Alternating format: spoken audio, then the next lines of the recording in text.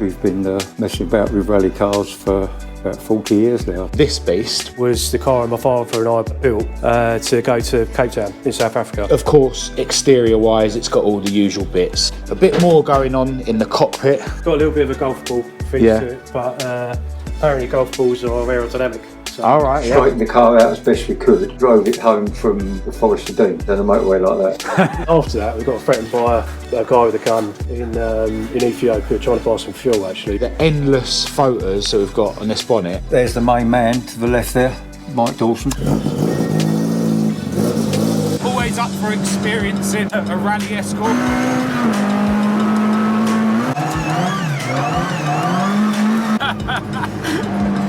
You've done this before, yeah?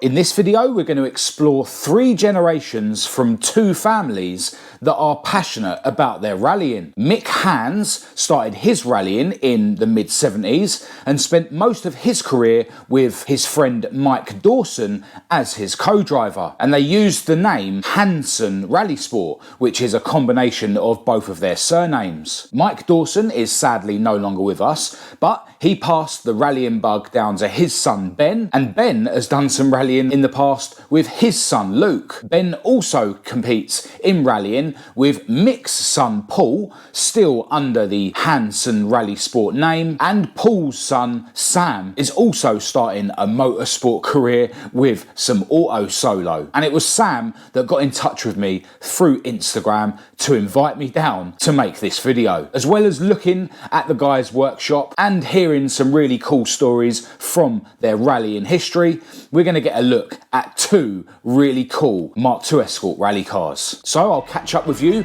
at Hanson Rallysport HQ.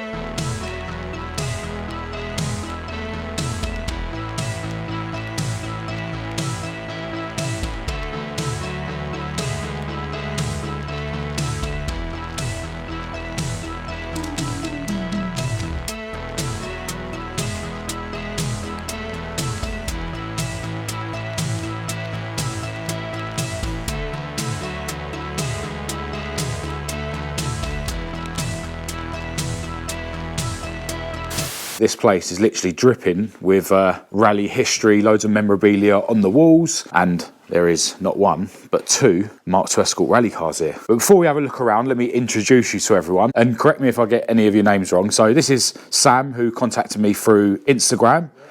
Sam's dad... No, that's it. Sorry, Sam's dad, Paul. Yep. Paul's co-driver. No, he's driver, I'm co-driver. And I'm Ben. Ben. And then your dad... What's your name? Mick. Mick, who was rallying back in the day. Hopefully we'll hear some of that in a little while. And then Luke and Harry. It really is a family business rallying with this lot. So Mick, if you don't mind, give us a bit of a history of your rallying background. Started with me in the mid-70s. I'm going to tell you now how old I am. My first car was a Morris 1000. I converted that into a rally car, started rallying that, did a couple of events with some friends of mine that weren't really into it. It got to the point where I wanted a proper co-driver. One of the customers at the garage I was working in was a chairman of the local motor club, and I spoke to him and said, do you know anyone that would be interested in co-driving for me? 4 or 5 days later, I had a call from a guy that ended up being my co-driver for about 30 years, a guy called Mike Dawson. Yeah, it's gone back years. We've been messing about with rally cars for about 40 years now, I think. In 95 and 96, me and Mike wanted a go at the Network Q RAC Rally. We had to have an homologated car. So the only one we could afford was a Nova, although it was, I think it was an Opel Corsa Sprint, but that was just a badge. It was basically a Vauxhall Nova. And we had a couple of goes at the Network Q in 95 and 96. Neither of them worked out particularly well. We had problems, and the first year, 95, it was down to me. We crashed in Kilda and basically took the near side front cord of the car off. So that was it at the end of the day. Mike didn't talk to me for a couple of days. It was basically my fault. I was just pushing too hard. But he never once attempted to slow me down. I think he got more of a kick out of it than I did, I believe. But he was unbelievable. I mean, he sadly passed away now, but he was an unbelievable fella. If it hadn't have been for him, I wouldn't have achieved anything in rallying. The bloke was unbelievable. And after that, I think we got a Group N Toyota Corolla for a little while, did some events in Belgium. The first time we went to Belgium was 1984, and we were the only British crew in the rally. At that point, the Belgians were obviously trying to encourage lots of British crews to go over there, and you used to get lots of half-price entry fees, loads of concessions. Sometimes you'd even get start money. Now, obviously, they don't have to do that because every dog and his uncle wants to go over there and rally. But yeah, we had some good results over the years. Mike's son and my son are now competing together as well, and they've had some in the Mk2 Escort, and they've had some unbelievable results. Yeah, yeah, it's been really good. Cool. Thanks for giving us an insight. And yeah, I just think it's cool how you literally have passed down the rallying bug. To the next that means a lot to me. The fact that they're carrying on with it, and it's still Hanson Rallysport. Yeah, it's really good, and I'm still involved. They don't need my help, but I like to go along and I enjoy it. That's it. It's good. That's good. Yeah, it's my only involvement now, but it's good, really good. And earlier on I joked about when Sam getting his own rally car, but he's started doing, was it auto solos? Yeah. In what car, sorry, remind me? It's my Focus. Yeah. Oh, Focus outside. Yeah. So literally 3 generations of... Yeah, it's good. Race and rally nutters. Bear in mind, Sam's only 14. Yeah. And obviously you're allowed to do off-road things at that age, and he's carried on with us. It's good. Yeah, really good. It's good.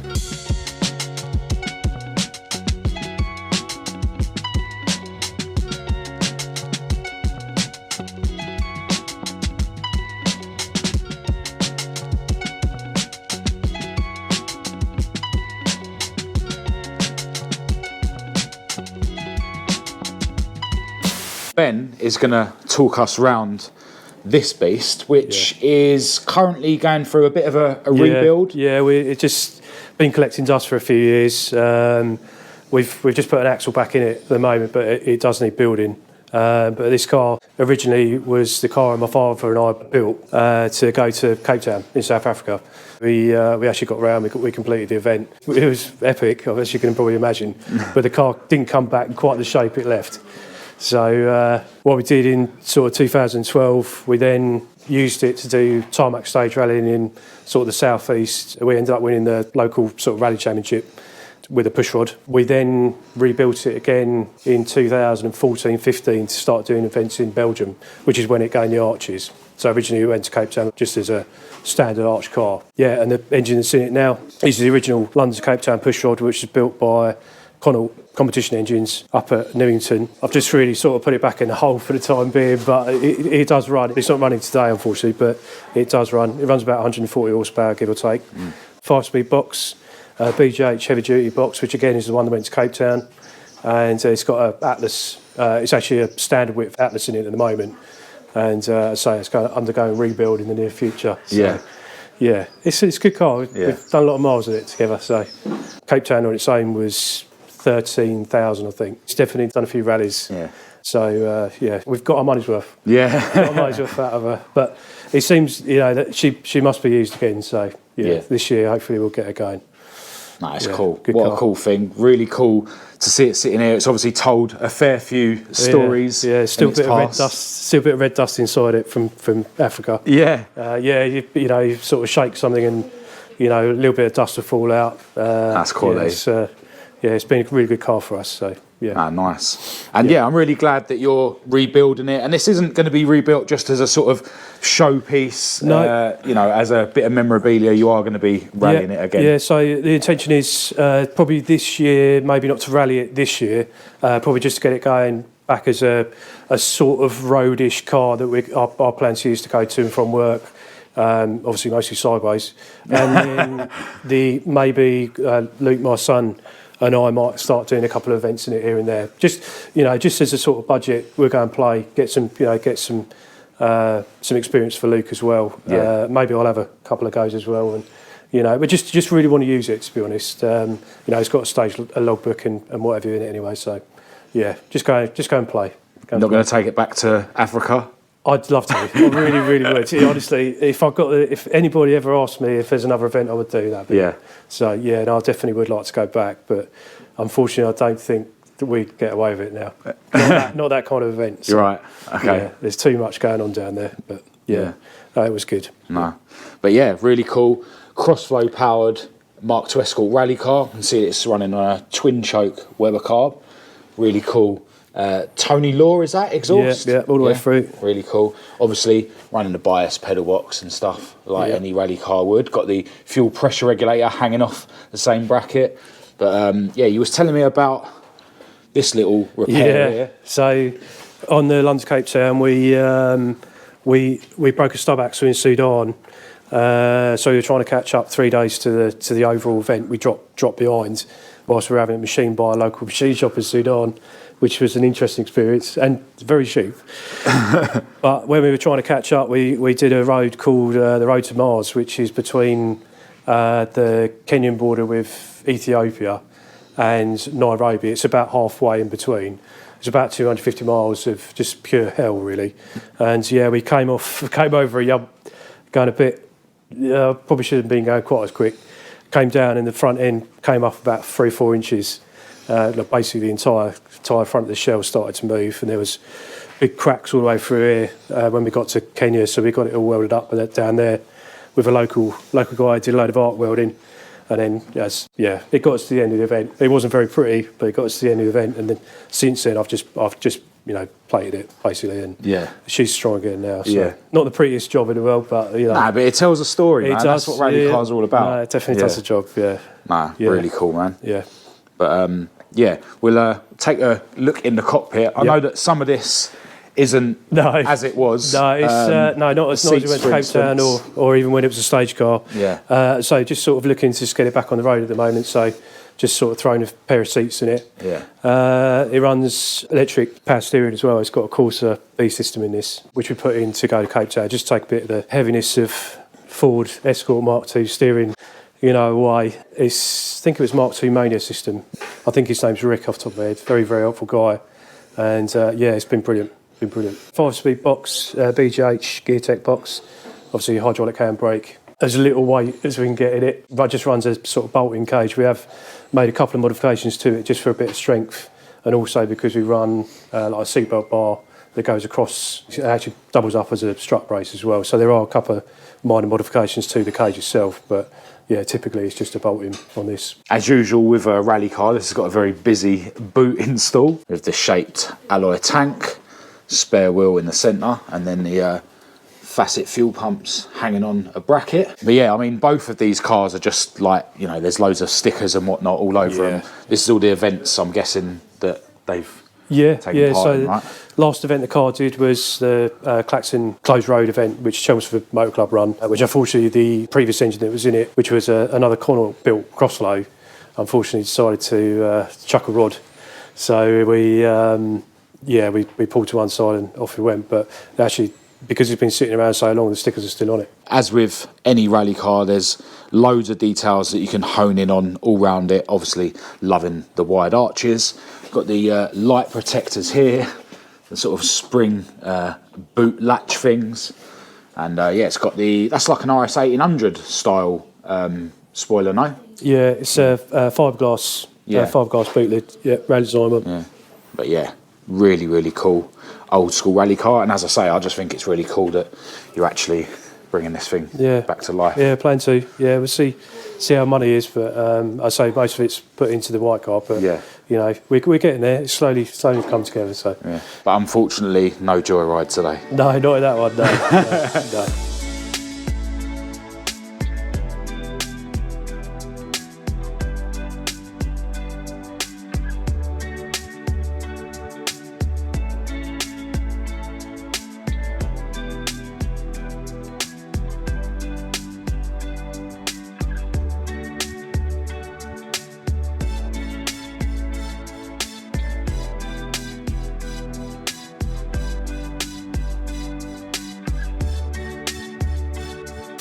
All right, so you bought this as a shell that was already fabricated for rallying, right? So yeah, so we were looking for something to build as a bit of a last hurrah for my dad, really. And so this came up. We came up with the sort of specs we wanted to run it at, and yeah, we put it together over sort of 2017, 18, and then me and my dad competed in it twice, in 2019, and then he passed away in the November. Just the TBR sprint you did, right? Yeah, we did the TBR. We got a really good result. I think we won the class out of that on that one as well.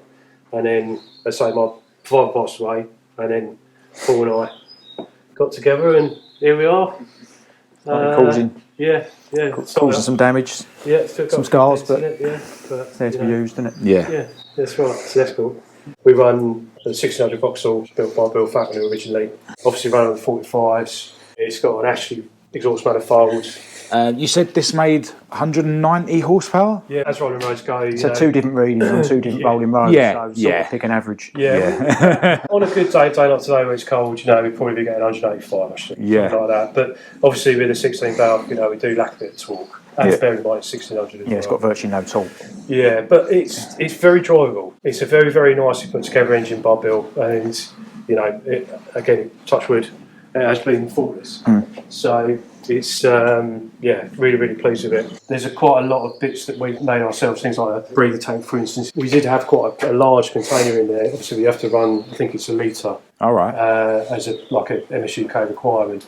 But what we found was when you actually looked through the front panel, the bottle that was originally in there was actually stopping the airflow. The other can actually sat out a bit further. Yeah, whether it makes a difference or not. Well, I like to think it does. I like to think my fabrication skills.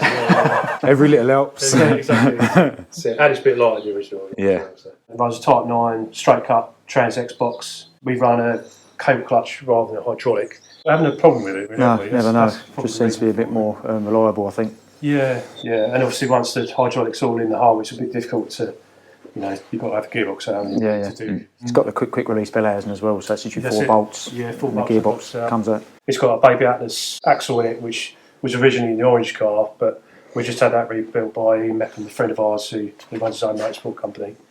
Suspension wise, it's on Bilsteins all round.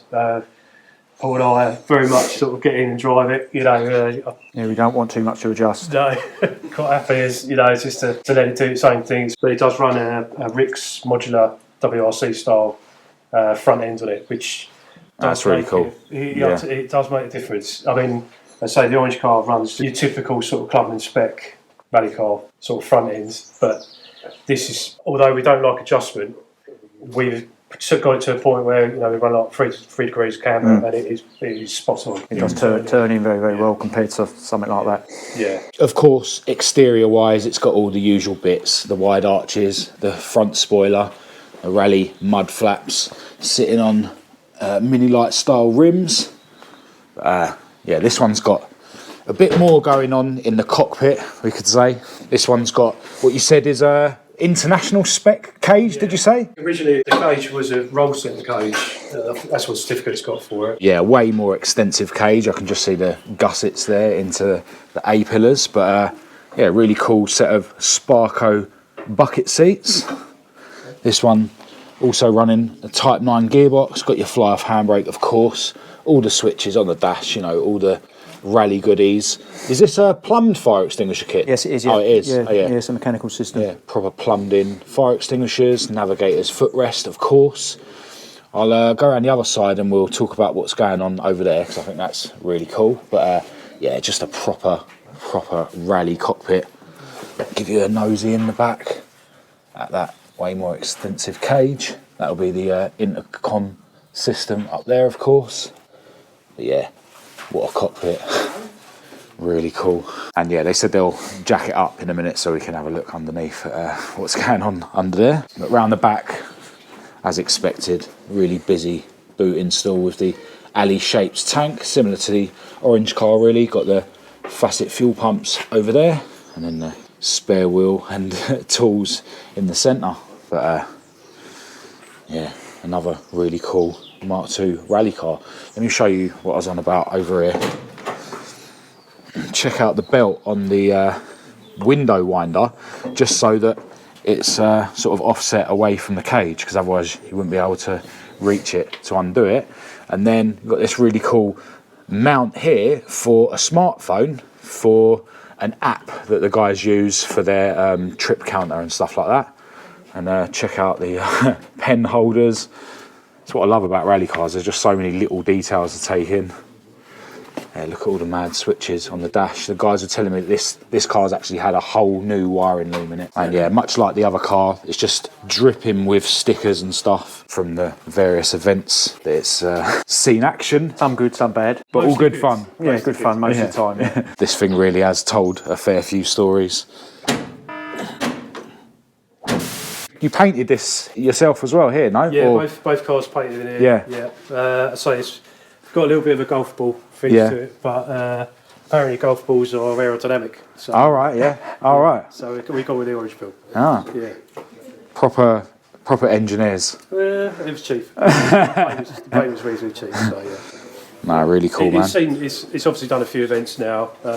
Could probably just do with a bit of a tidy up. There's a couple of areas that just, you know, a white car obviously shows little areas of corrosion, which is an Escort, isn't it? So over the winter, maybe next year, we'll do a bit of a refresh on it. Not too much though. Don't plan to. Not too much, right? I want to spend money on other things. So. Yeah. But yeah, just bits and pieces. Just cover up the marks that we've made. I've made, sorry. Yeah, that was the wing up there that Luke and I smashed into the old car at Brains. That was me driving that day, but Luke was sitting next to me as a co-driver. But so we both had our little offs, haven't we? But you know, you got. As you keep saying, it's a marathon, not a sprint. Yeah. I used to be a bit gung ho sometimes and just try too hard too early, but I'm learning.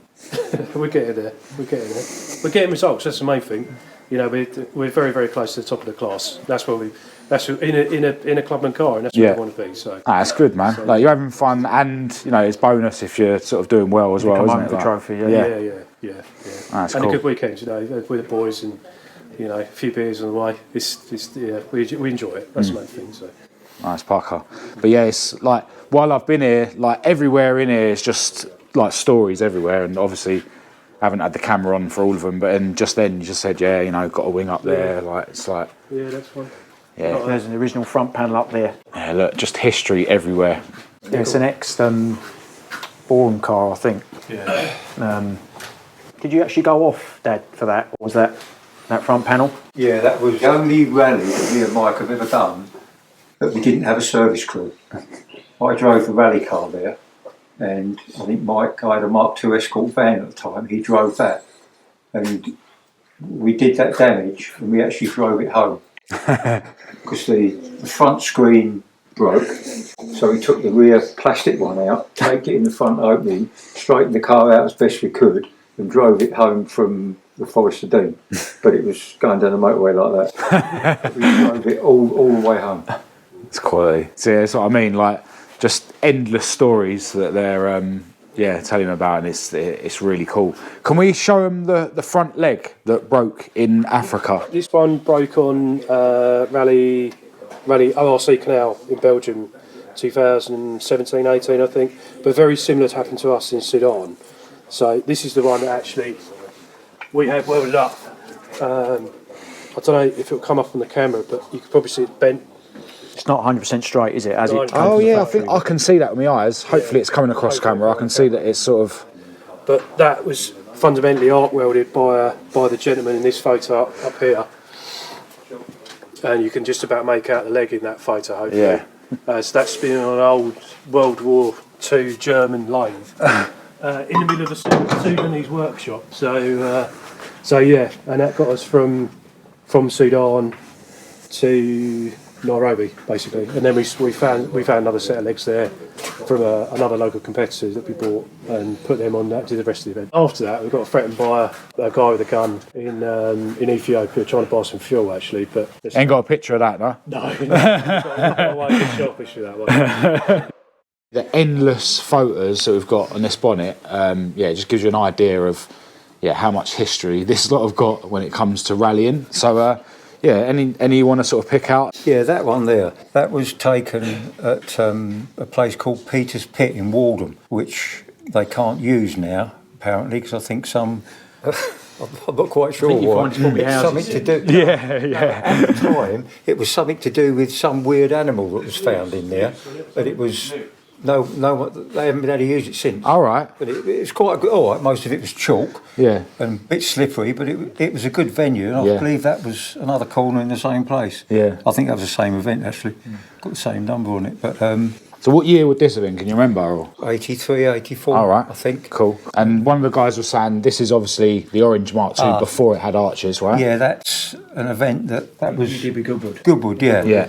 I hadn't done anything for quite a few years, and Mike asked me if I fancied to go in their car, and we did it. I don't think we got a particularly good result, because mainly down to me being a bit rusty and a bit slow. So I hadn't done anything for a while when we did that. That was 2014?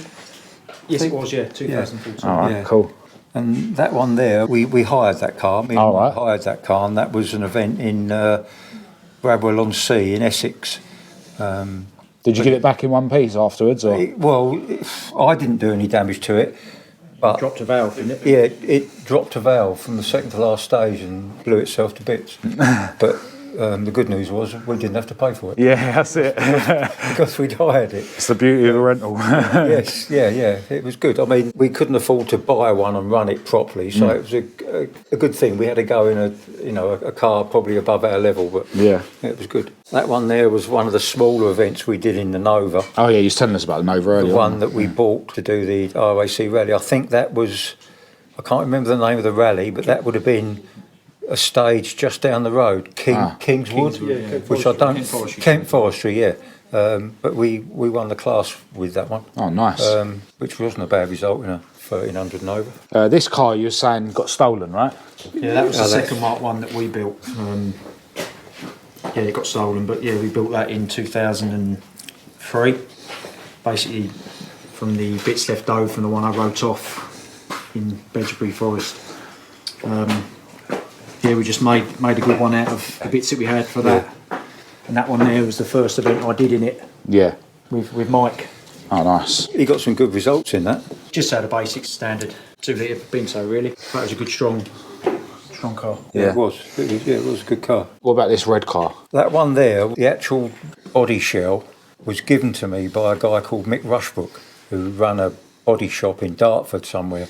And he built the body shell, gave it to me, or me and Mike to use, the first event with it. I can't remember what forest, it was a forest event, can't remember what forest it was, but we put it end over end. And it went end over end twice and then rolled 3 times to the left. But Mick Rushbrook repaired it. He'd done such a good job of building it and putting it together that it survived quite a big accident. And we went on to use it afterwards, but again, a long time ago. That's that same one again, isn't it? Yeah. I used to enjoy the forest rallies.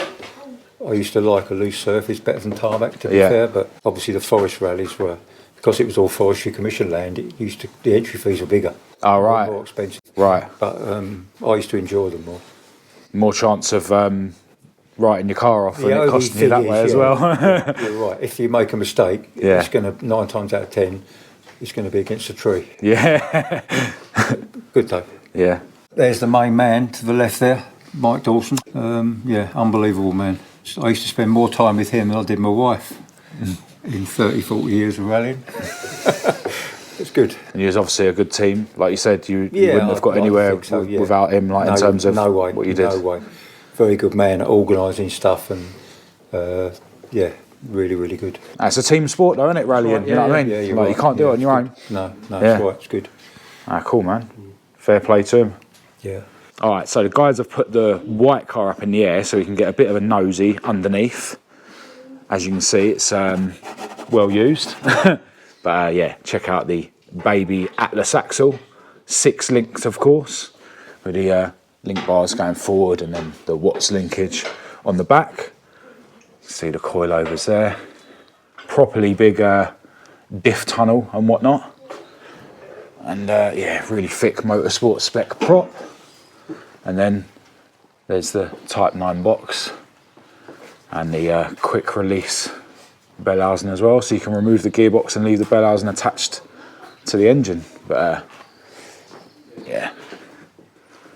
properly used rally car, as I say. And this is the Rick's engineering modular setup you were saying on the front, right? Yeah, that's it, yeah. Yeah, it's all very clever stuff. But yeah, these modular setups, it's like the leg is like separate from the hub, isn't it? Like, That's right, yeah, so with these bolts here, like. Yeah, so they run obviously bigger bearings as well, bigger wheel bearings. You've got a few more options with regards to brakes as well, which is quite useful. Yeah. So we've just run AP, the biggest ones we can get under a 13-inch wheel on this, because we didn't really want to go 15. You want to keep it historic look, 13-inch. Yeah. Some people say they regret going to 15s as well, like just how it feels and whatnot. Like, I think you've got a better tyre choice. it's really cool to see this. I've seen this on the internet and stuff, and it's just sort of like, you know, Gucci parts. You know what I mean? Like, It's very well thought out. I know Brute Force Fabrications do a very similar kit Yeah. as well, but Yeah. Rick's is obviously quite close to where we are, so it's, it seems to be the right option. Yeah, I see the Rick's Mark 1 at that rally I went to recently. Yeah, really cool. Well, we've got the opportunity to see the belly of a very well spec'd, but also very well used Mk2 Escort rally car. Do you want to talk about the exhaust? All right. We did that, we were talking about earlier with the flat oval. So Oh, yeah. we go from the manifolds, just with a short section just here. And what we were finding was when we were rallying Belgium, is where we were taking some of the cuts on the inside of the corners, we were actually hitting, as the car would go in, we'd actually catch the back of the exhaust. So the first exhaust we built, which was 2.5 inch all the way through, we got the equivalent flat oval. So I'm an engineer by trade, so we worked out the flow rate of the pipe, so we got the right size. And then we found a guy or a company up in Birmingham that made the mild steel tubing for us, and then me and my dad put it together. It was actually after the second event, just because we hadn't realised we were going to hit the ground. Yeah. Yeah, It's in the way a lot on the Escort, unless it's got its own tunnel. Yeah. So that obviously the best option, isn't it, really? yeah. It does. It sounds a bit different from like a sort of normal, normal sort of 2.5 inch system all the way through, but it's not really hot, noticeable, especially if it's on full chat. So No, that's right. yeah, it goes all right. I've never lost any performance for it, so. Man, that's interesting because, me running my Mark 1 like so low, that's definitely an issue. Like the exhaust either hitting the floor or if you tuck it up, then it bangs on the floor of the car. Like, It's very close. I mean, obviously a lot of cars will run an exhaust tunnel. that's the ultimate, isn't it? Yeah, this one, it wasn't built with one anyway, so we've done what we could to get it up as far as we can get it. With the wheel off, we can get a better look at the AP Racing 4 pots. And there's the Bilstein coilovers as well. And while we're at it, we may as well look at the rears as well. It's got high spec brakes on the rears, and we can get another view at the baby Atlas axle. This whole rear setup, of course, was on the orange car years ago when it went to Cape Town. But really cool diff guard under there as well, which has definitely seen some action. I need a car like this for a daily. Right, so after hearing some more tales from the guys rallying history, Paul has now fired the beast up, and it looks like I'm getting a joyride.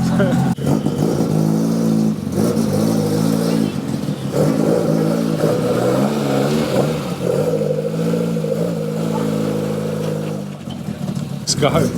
Yeah, I don't have my sucker mount with me, unfortunately, but always up for experiencing a rally Escort.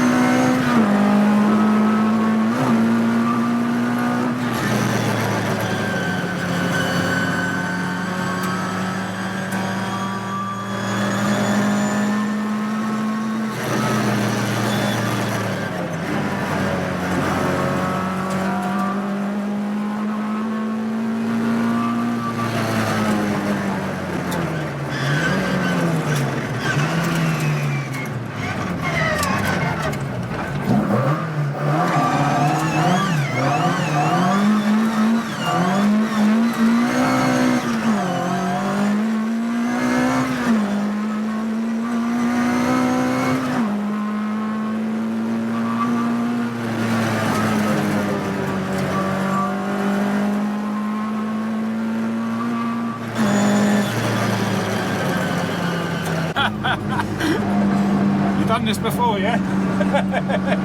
Sometimes it doesn't always go to plan. Oh mate, what a beast.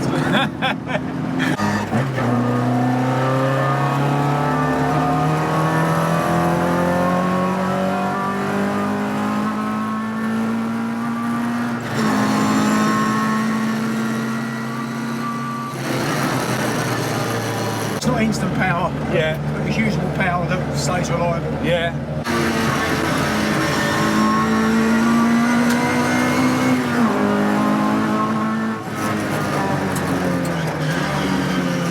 What an experience. It feels like proper rough and ready. You can hear the straight cut gearbox in the background, but yeah, it's got plenty of grunt as well.